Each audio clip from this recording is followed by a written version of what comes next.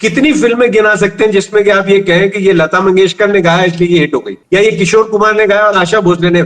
शायद एक या दो भी नहीं कह सकते, लेकिन मैं आपको एक लंबी फहरिस्त दे सकता हूं। बैजू बावरा फिल्म सिर्फ इसलिए हिट हुई, उसमें इमोशनल कनेक्ट भी था, लेकिन संगीत इतना प्यारा था और उसमें इतना अद्भुत गाया गया था कि लोग दोबारा बार बार टिकट खिड़की पे आते थे।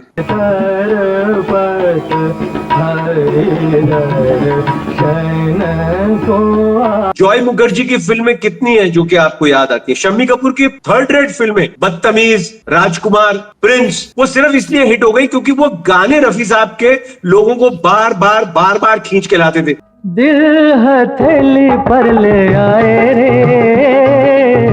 तुमने बुगारा। आप पाकीज़ा के लिए भी ये नहीं कह सकते कि पाकीज़ा में अद्भुत संगीत था, लेकिन पाकीज़ा फिल्म फेल हो गई थी अगर मीना कुमारी नहीं मरती, जबकि वो फिल्म बहुत खूबसूरत है, मुझे बहुत पसंद है। आप ये नहीं कह सकते कि लता मंगेशकर के कारण लोग वहां पे आए। लोग पाकीज़ा देखने के लिए इसलिए आए क्योंकि मीना कुमारी की डेथ हो गई। और उस पाकीज़ा में भी आज भी सारे गाने लोग बात सुनते हैं, करते हैं, लेकिन आप अगर 500 आदमियों को खड़ा कर लीजिए, लोगों को एक डुएट याद आता है, चलो दिलदार चलो, दिलदार चलो, चांद के पार चलो।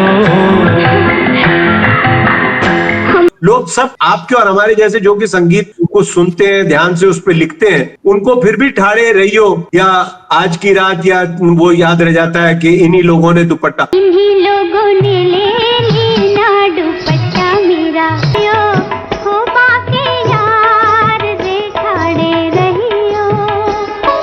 लोग आम आदमी को जो सड़क पे चलता हुआ उसको वो डुएट याद रहता है। और उस डुएट में क्या है? रफी साहब की एक लाइन है, सिर्फ एक लाइन, चलो दिलदार चलो, चांद के पार चलो। चलो दिलदार चलो, चांद के पार चलो।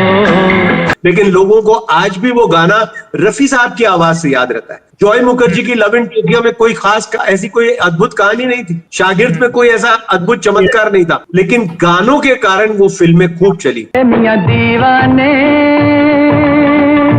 ऐसे न बनो हसीना। जितेंद्र की कई फिल्में, जितेंद्र की फर्स्ट फिल्म में क्या था? कुछ भी नहीं था, लेकिन गाने जो थे उसने वो कई बार ऐसा हुआ है कि रफी साहब के गानों के कारण भीगी रात फिल्म बहुत ही लचर फिल्म थी, लेकिन उसके बावजूद भी वो चल गई क्योंकि उसमें दिल जो ना कह सका, और दूसरा वाला गाना जो है जाने वो कौन सा नाम है उन आँखों का, दिल जो न कह सका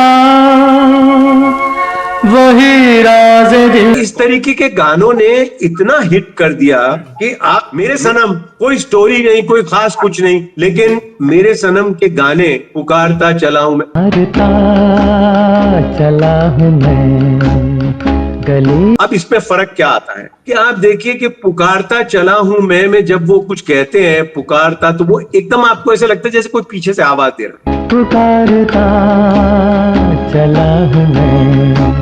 ऐसे ही अगर कोई एक हंसी शाम को, अगर दुल्हन एक रात की का गाना है, उसमें आपको एकदम हमिंग से आपको एक इफेक्ट लगता है जैसे शाम ढल गई हो और चांदनी रात आ रही हो, तो वो जो उसमें इफेक्ट है वो आवाज का, वो हम किसी और गायक गायिका में देख ही नहीं पाते। एक हंसी शाम को दिल मेरा, और इसीलिए लोग बाग उन गानों के कारण भी उन फिल्मों की तरफ बहुत आकर्षित। तो मुझे लगता है ये एक बहुत बड़ा रोल रहा रफी साहब का कि उन्होंने कई फिल्मों को जीवित कर दिया। दोस्ती में क्या था, कोई स्टार नहीं, कोई हीरोइन नहीं, लेकिन गानों के बल पे लोग बाग उन बच्चों को देखने के लिए बार बार गए।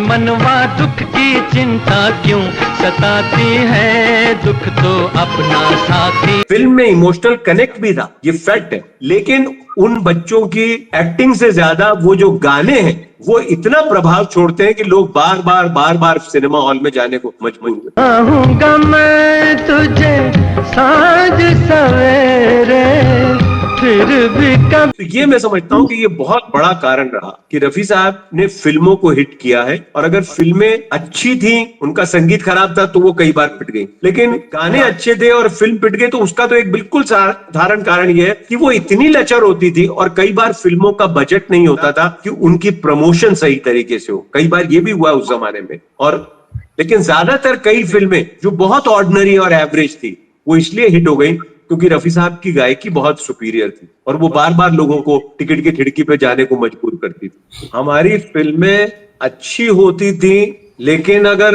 उसका संदेश या वो जिसको कहते हैं ना कनेक्ट जो होता है दर्शक के साथ, वो नहीं हो पाता तो फिल्म पिटती है। उसमें अच्छे गाने हो तो कभी कभी वो गाने उनको बचा